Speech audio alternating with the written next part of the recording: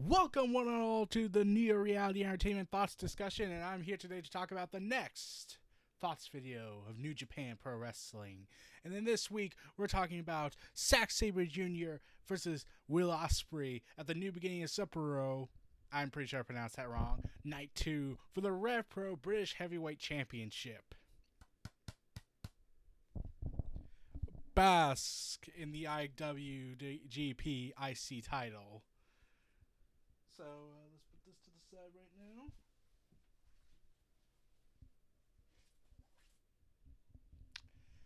now. Okay, so I had heard that this match was going to happen. I was ecstatic because it's Will Ospreay, the high-flying genius, and Zack Sabre Jr., the technical masterpiece, aka the bone manipulator. And one of the things I wanted to always think about was, what if these two did get together? And I then looked up, like, this is not the first encounter together, which should not really count as a surprise. But yeah, I have never watched a single match with these two. I always was curious about this kind of match between the two, but to see people who are very similar yet also have a very distinct difference with each other, like you got the technical bone manipulation that is Zack Sabre Jr., and you got the high flying, risk taking abilities of Will Ospreay, and I was like, okay, this might be a very interesting matchup for me. And the fact that New Japan's going to capitalize on this thing, and they even do the storyline of how Zack Sabre Jr. has beaten Ospreay constantly. And Zack Sabre Jr. is the most reigning Rev Pro heavyweight champion of the world, and how he's the face of British wrestling, and Will Ospreay has never won the Rev Pro heavyweight title, which amazed me to no end, because I would think, wait, he's never won it? No, that can't be right. I gotta look it up. Then I looked it up, and I was like, holy crap, he's never won it. So now, like, and Will Ospreay describes as his journey to try and get that title. This is coming off after he lost the IWGP Junior Heavyweight Championship to Hiromu Tanahashi, which was a freaking awesome match. And another thing I found out about this match was that even though this was for a title, it was the second to last match of the event because Okada is the most important. Why? Like, I get it's Okada, but come on. You can't have him not be the main event for one big show while, the world's self-destructing. Like the guy he was fighting, I don't even know who he is. Every time I look at him, I'm thinking, like, he looks like that mysterious anime supervillain character that's ready to reveal his evil plan. But that's just my viewpoint. Like, the vibe around it does sound like an anime teaser trailer when they do the previews. But yeah, I was wondering why this British Heavyweight Championship match was not the main event of night 2. Really feels like a missed opportunity on that one. So yeah, Ospreay has tried on 3 occasions to try and win the title, never has, and it also looked up and I looked it up. This is also the first ever all British heavyweight title match held in New Japan, because when you look, like, the title has been defended in New Japan and changed hands, but it's always against a British wrestler and a New Japan wrestler. Like, Hiroshi Tanahashi was champion for a little bit, then Zack Sabre Jr. broke him. Yeah. So yeah, the fact that we finally decided to say, hey, let's make the British heavyweight title an all British match. Genius Gato. Genius Gato. And I was very invested in this match for no other reason was to see how this match would work between Zack Sabre Jr. and Will Ospreay for their various differences. And what we got was really an awesome matchup. It was everything that you want to see in a main event match, which sadly makes me furious why this was not the main event. And you got Will Ospreay trying to power out and use his high flying technical masterpieces in order to escape the treacherous hold that Zack Sabre Jr. holds on him. You got these unnatural manipulation of the human body from Zack Sabre Jr. trying to, and even they traded pinfall after pinfall after pinfall after pinfall, which was an awesome moment. And I love that Red Shoes was the ref for this match. Um, so yeah, Will Ospreay and Zack Sabre Jr. were tearing the house down this matchup. It was going back and forth in the usual traditional sense of New Japan Pro Wrestling, and I loved when Zack Sabre Jr. every time he would come up with an idea in order to counter and avoid being pinned by Will Ospreay. But one of my favorite moments was when Will Ospreay had him in a pinfall, and Zack Sabre Jr. just rolled his body out to look like Bray Wyatt's posing. And I'm thinking, like, man, imagine if he did go to WWE, we wouldn't be able to see this cool stuff. Because that's probably the one thing. Like, remember, Zack Sabre Jr. and Kota Ibushi were the prime targets in that Cruiserweight Classic tournament for reasons that Vince deemed as a failure because they couldn't get the two big guys they wanted. Because boo hoo, therefore we'll never get another Cruiserweight Classic for the foreseeable future for a while. They even dropped the trademark, even. Why?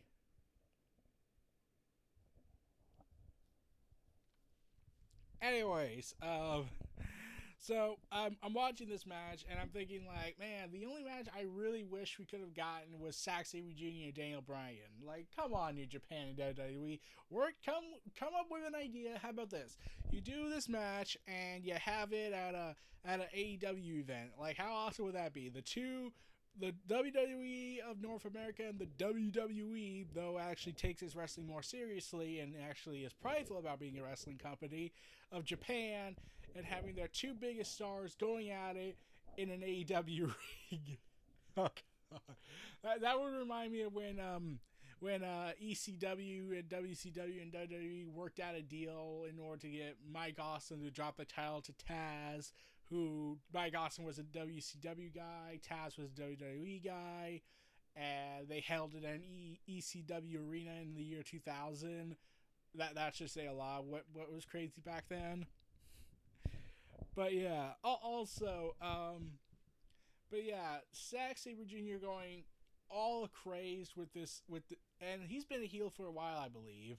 Um, but I have been enjoying Zack Sabre Jr.'s mastery with technical wrestling and trying to mix it with the high flying so it doesn't turn into what people would call a spot fest. Um, but yeah, I was really enjoying this match. I honestly wanted Will Ospreay to win. Like, I kept thinking he was supposed to have a much bigger year than he did last year, and it never happened. Never really seemed to materialize. Like, it was going somewhere, I felt, but then it just went back to him being IWGP Junior Heavyweight Champion and then dropping that.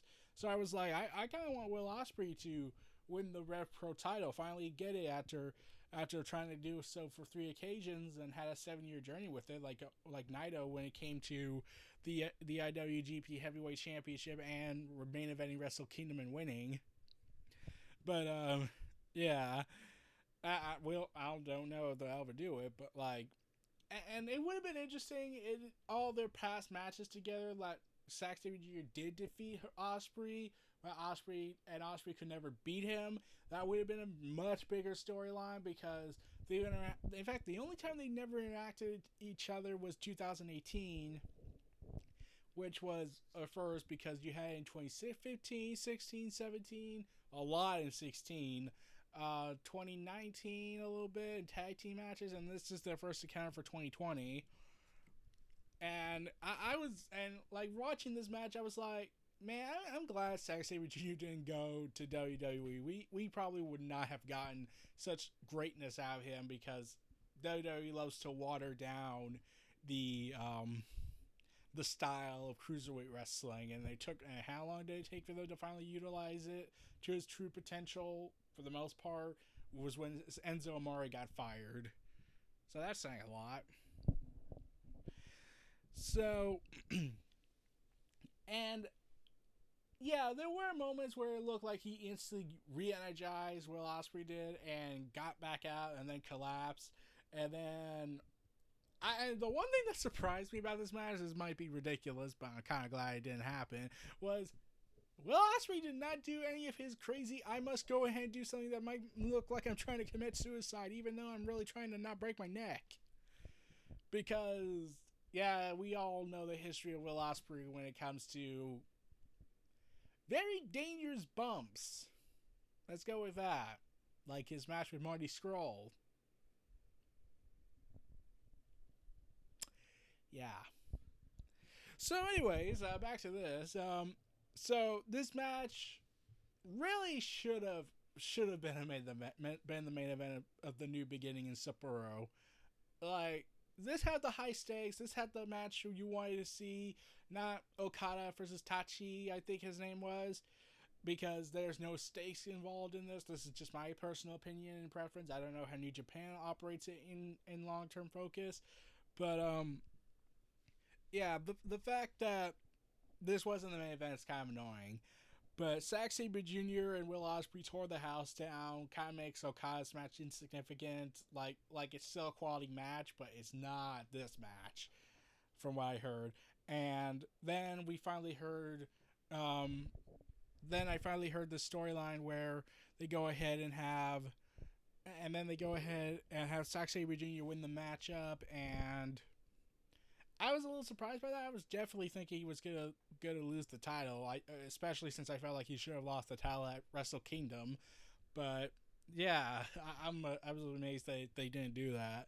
But Will Ospreay, they do it. And here's the thing: people got. I wouldn't be surprised if people were mad about this, but they did it with ref stoppage because Ospreay could not literally tap out because his arms and legs and head was completely manipulated to the extreme, and everyone was trying to wonder. And yeah, everyone praised this match, and then people are probably gonna go like, "Well, wait a minute, why did you all hate Seth Rollins and Bray Wyatt?" Well, I like to point out this was defeated by a normal 60-minute matchup, which is having a technical outing, whereas Hell in a Cell is supposed to be a no stop, one fall to a finish or one fall to a submission. There is no thing that can stop a Hell in a Cell match, and yet they did that. But Will Ospreay eventually is passed out. He's taken out, and as Zack Sabre Jr. continues his reign as the Rev Pro British Heavyweight Champion of the world, and Zack Sabre Jr. mocks in Will Ospreay's face. But yeah. So that was the New Beginning in Sapporo night 2 match. Yeah, I'm looking forward to seeing them have it added again. Maybe go back and watch some of their other matches they've had, because I heard that this match was not as great as their. Well, it was phenomenal for a lot of people. It wasn't as phenomenal as the 25-minute bout they had when they did a cross promotion show with New Japan and Rev Pro, and this was a 4.75 on the rating scale of Dave Meltzer. We'll see how this match gets the rating from Dave Meltzer later down the road, but yeah, Zack Sabre Jr., best technical wrestler alive today. Really do wish he could fight Daniel Bryan somehow, but that doesn't involve restricting himself. Will Ospreay, best high flyer going on today. And I always hear the story where he was self-trained, and I was like, really? He trained himself? I'm kind of amazed by that. Like, to do the things that he can do, and he self-trained himself on this? Like, he did go to a school, but there was like no big personal protege he learned under from. Huh. Pretty amazing. So those were my thoughts on the New Beginning in Sapporo Night 2's Rev Pro British Heavyweight World Championship match between Zack Sabre Jr. and Will Ospreay. This was Neo Reality Entertainment. If you like, comment, subscribe, and donate, stay tuned for more. And tune in next time with the IWGP Heavyweight Champion Biatch. Okay, I just had to say that.